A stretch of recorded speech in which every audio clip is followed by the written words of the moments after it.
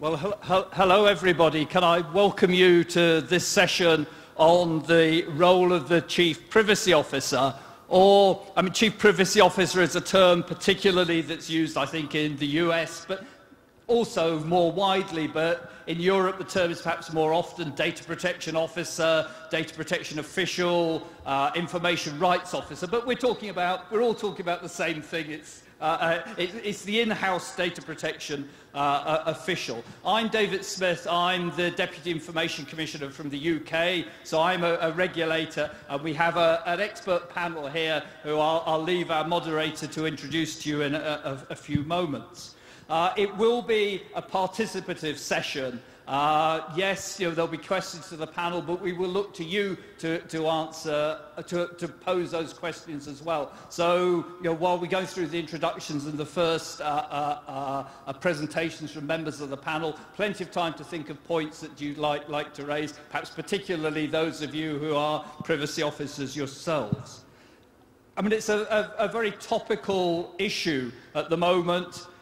Those of you who were at the OECD conference yesterday and the day before will have heard, and I think it was actually one of our panel members talked about, should the Chief Privacy Officer have a formal role in legislation as we're looking to review the legal instruments, whether it's a European directive, OECD guidelines, the Council of Europe decision. Should there be some formality in there for the in-house data protection official? Perhaps a little more controversially, Gus Hussain from Privacy International said that when an organisation establishes a Chief Privacy Officer, access and engagement with that organisation actually becomes more difficult. And he was talking from the point of view of a civil society organisation. He did go a little further, and I don't know whether I should say this to our panel, but he said it was like entering the organisation through the janitor's office. But we have some very able janitors who will be able to come back and I'm sure respond very, very strongly to that. I mean, he also said it's a complicated relationship, and I'm sure that's something we will explore. Where do your loyalties lie? Where are your responsibilities? What duties do you owe to the business you work within, to the regulator, to essentially the individuals, the public whose information is being protected?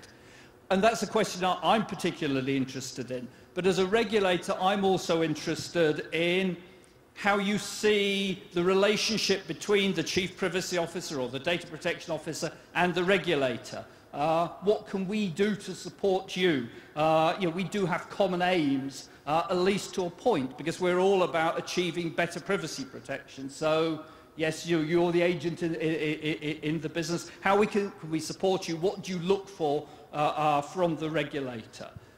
Is this question of having a formal status in the legislation realistic? Is it something you'd like to see as professionals? But you're all from big businesses. Is it really scalable? It's fine to write into the legal instruments, every business, every organisation, every data controller should have a Chief Privacy Officer, but how realistic is that as a requirement? And lastly, but perhaps not least, what about professionalism? Do you see the Chief Privacy Officer, the Data Protection Officer as a profession? Yes, there are qualifications, but what goes with professionalism in terms of responsibility and, dare I say it, liability? If you want to be professionals like doctors are professionals, where, yes, they have a code of conduct, but they're answerable, for professional standards. They carry a personal liability, not just a liability in the business. And do you think the situation in Italy and Google is the right one? And do you see yourselves in that position? So there's plenty of food for thought there. But I'm not going to talk anymore. I'll hand you over to our very able moderator, Nuala O'Connor-Kelly. Nuala is, well, I hesitate to say, the sort of archetypal Chief Privacy Officer. You're my vision of a Chief Privacy Officer. And I have to say, when there are a lot of discussions between Europe and the US, you were sort of what we first saw as the model of a US privacy officer. You started in DoubleClick, and some of you who've been around a long time will remember the sort of DoubleClick were the Google of their day. They got everything. Well, I better be very careful what I say. They appeared to get everything wrong. I have to say, Nuala came after that to put them right, but then moved to the US Department of Commerce, to the Department of Homeland Security as Chief Privacy Officer, which is where I think really we got introduced to the role. And now I think you have the longest job title in the whole conference as Chief Privacy Leader and Senior Counsel Information Governance at General Electric. So with no more ado, I'll hand over to you, Nuala, and I'm sure you will introduce the panel and take us forward into what, at least for me and I'm sure for all of you, will be a fascinating session and a fascinating discussion. Thank you so much, David. And you have really set the stage for the great questions and the great debate and conversation we're going to have. Our main goal, I think all of our panelists agree that we want this to be interactive, we want to hear from you, and we want to further the dialogue around what the role is for a privacy officer in an organization, whether it's government, private sector, nonprofit. And we have a terrific panel that represents really all of the facets of where the action is and some great thinking around the past and the future of the privacy profession. To my immediate right, Deirdre Mulligan. Deirdre and I go way back, not that we want to reveal how far back, but I've known Deirdre in many of her roles. She is currently a professor at UC Berkeley in the School of Information and the faculty director at the Berkeley Center for Law and Technology. In particular relevance today, Deirdre has written some of the leading works on the role of the privacy officer, the evolving role, and perhaps some regional differences in how the role is perceived and has grown over the years.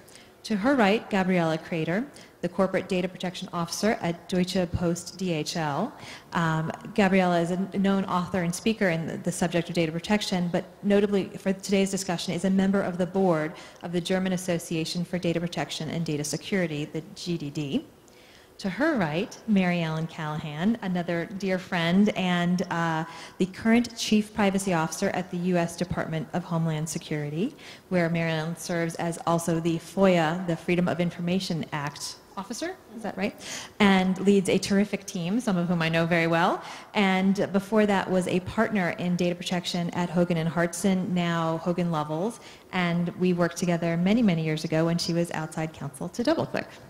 And to her right, Trevor Hughes. And what do I say about Trevor? Trevor and I go back probably farthest of all the folks on this panel, and many of you know Trevor in his current role as really the visionary behind the International Association of Privacy Professionals.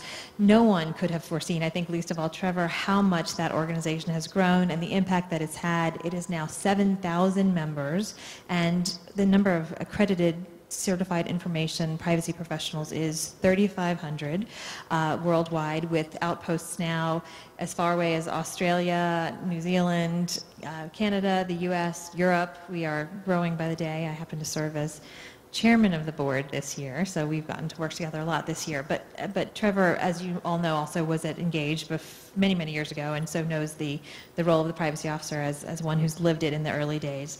He wants me to note, of course, though, that he is most well known for his prowess on the football field and having scored 2 whole goals, Trevor, very impressive, in this year's football friendly right before this conference. So, and we have all these viewpoints represented, and I don't want to hear myself talk, so we're going to turn it over to Deirdre to give a little overview and some background on the research she's been performing. Thank you.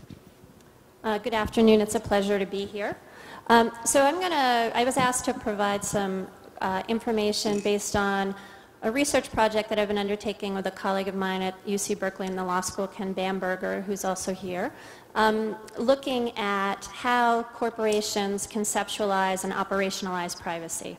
I'm going to speak today primarily about a series of 9 interviews that we did with chief privacy officers that were identified through a snowball survey of regulators, advocates, the media, academics, and other chief privacy officers as leaders in their field.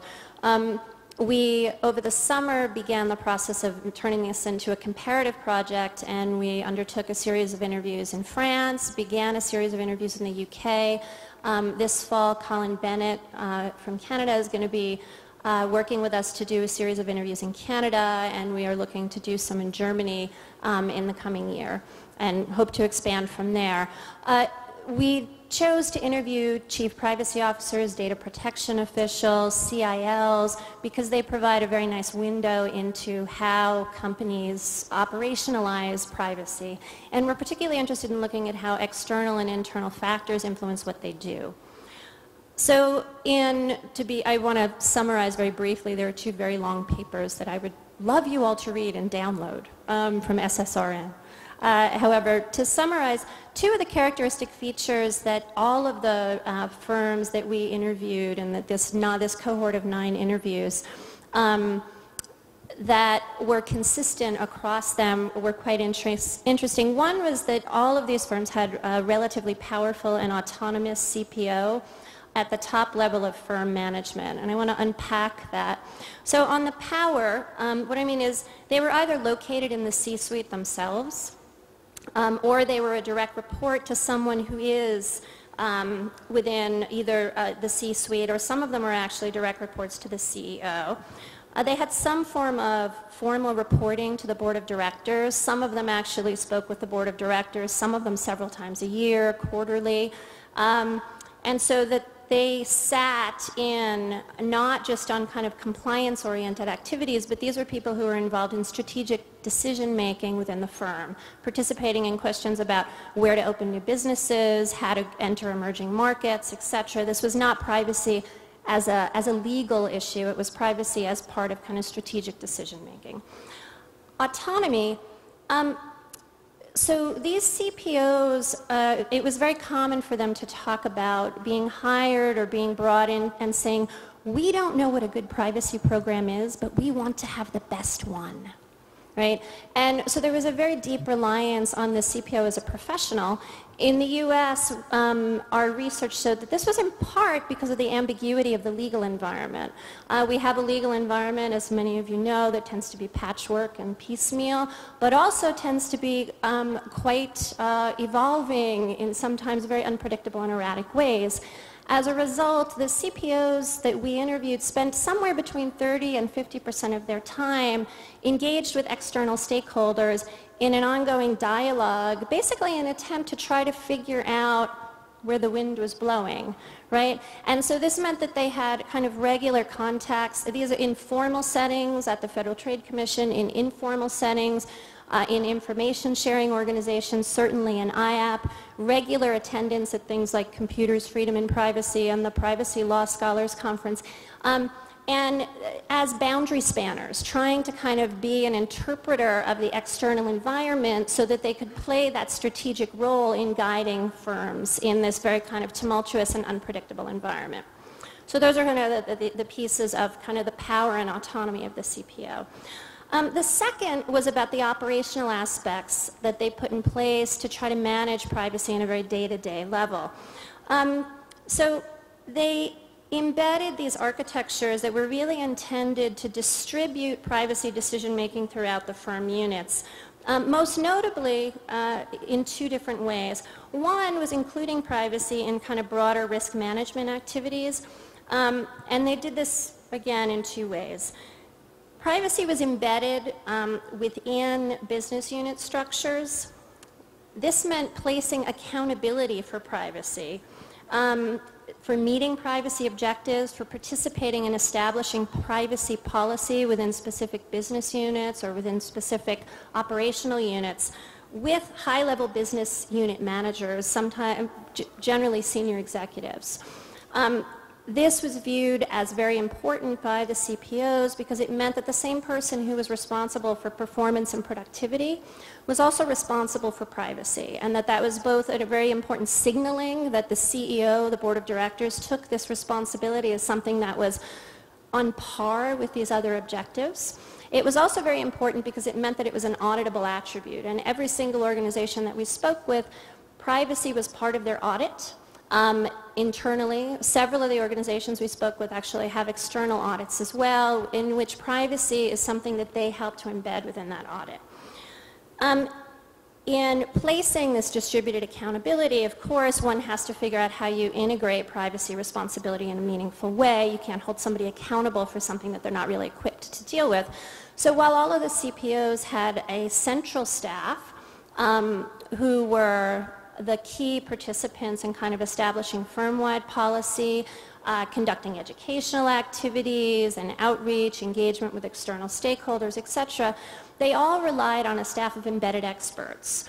And so these embedded experts meant in many departments there were people who might be certified by IAP or in other ways privacy professionals. That really was their job and their professional identity that were aligned with those business units. They often were supplemented by people who might go much farther down within the organization, who were employees who were not necessarily corely tasked or singly tasked with privacy. However, they had some specialized privacy training.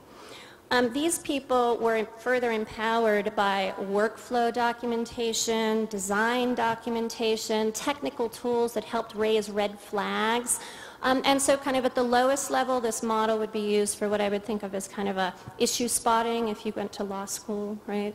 Or kind of if you were a nurse, a kind of privacy triage, right? So these are the people who had enough knowledge of the systems and the business operations to be in on the ground floor of the discussions and identify and surface privacy issues. So they didn't end up as compliance issues. They ended up as something that could be dealt with as a design requirement, not a legal requirement.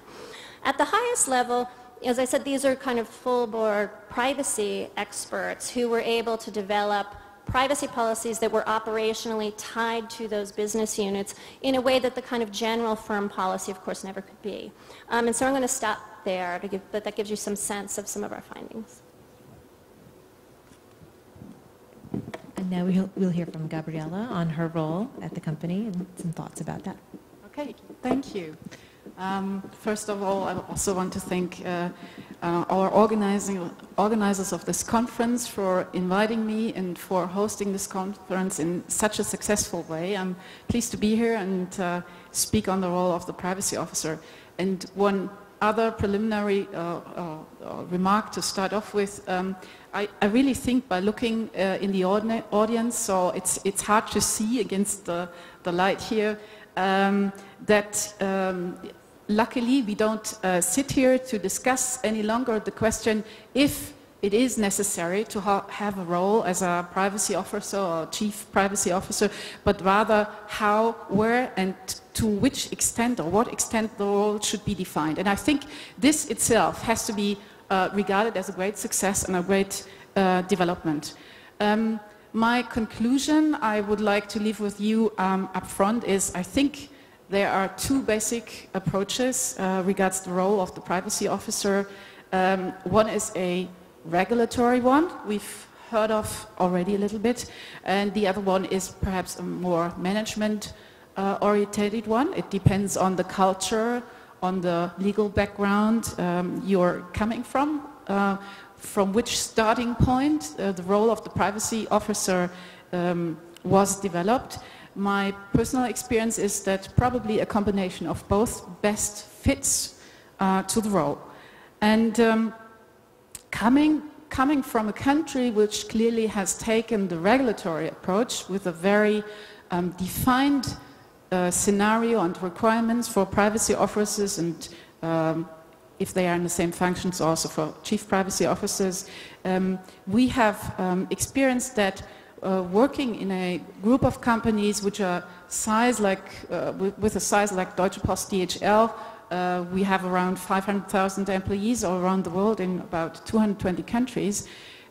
It was, or it is, business need itself which made it necessary to go beyond this pure regulatory approach and look at the task from a more management-orientated point of view.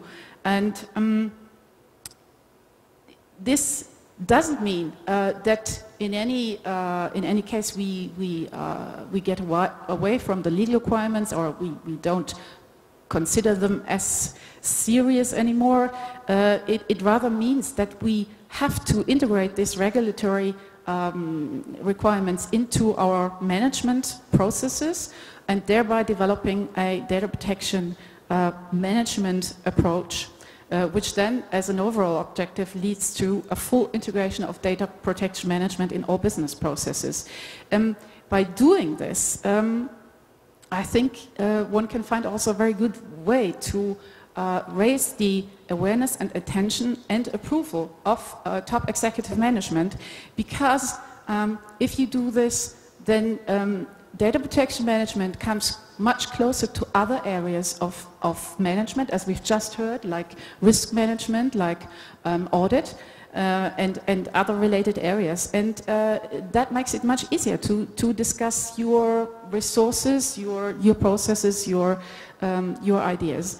And what is, in my view, indispensable is a clear tone from the top. I think we've heard something about it already this morning. So we engaged in the drafting process of a founding document. For the time being, it's called Data Protection and Privacy Charter, which has this title to differentiate itself from a data protection policy, which could be, or which is related much more to a legal specific issue, like, for example, international data flows or a specific technology, whatever. So what we want to do was really how to outline how we will do what we have to do. And we are doing this by developing a charter which basically consists out of the definition of strategic data protection management objectives. So it goes beyond the single legal issue of legal compliance management. And of course you have a lot of options there. I mean, you can start off with the proposition of, to put it that way, how could I cover my lower backside? Yeah? Or you could improve, and you could say my objective would be to turn data protection management into a competitive advantage. So I think there's lots more to that. And despite this defining of strategic objectives, or in addition to that, we also, as a main part of this charter, we define a group-wide governance model. I really think this is absolutely necessary. It's very clear that you, as a privacy officer, cannot do all the work on your own. You need to have an organization, but that's not all. Your organization needs to be linked to the business processes, to other organizations, and that has to be described and documented, because that's the only way how you make it work, how you make it run. And despite this governance model, you would also need something like underlying general principles according to which you work, like principles defining that you are working on data protection standards, that you would have continuous improvement processes and processes for audits, that you are in contact with your stakeholders in a continuous dialogue. That, of course, you investigate in data protection violations, and that you have a procedure to place sanctions, internal sanctions, where this is necessary. You need training concepts and these kind of things, and this is all related to basic principles, which I think can be best made aware to your management in this more abstract and generic way. If it's not related to a specific legal issue, you might be, or you might have to discuss with your authorities. Doing this work, which on one side shapes your role, the future role of the privacy organization, I can already experience that it also influences my daily work, because it gets you much closer to management methods and management tools. Of course, setting up this charter and developing it, we use benchmarks processes. We also want to take recourse to external validation. We have to think about organization, budget, everything like that.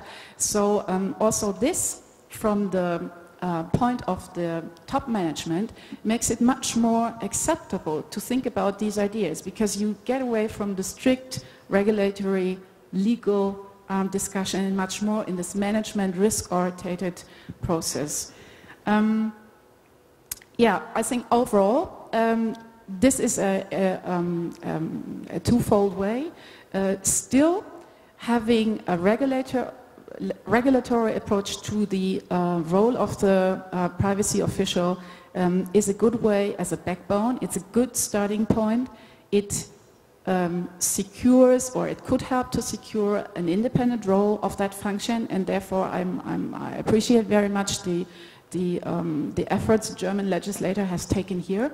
But it's much more to that than this starting point, and I think there's a big chance for all of us to develop this role in practice. Thank you. Gabriella, thank you so much.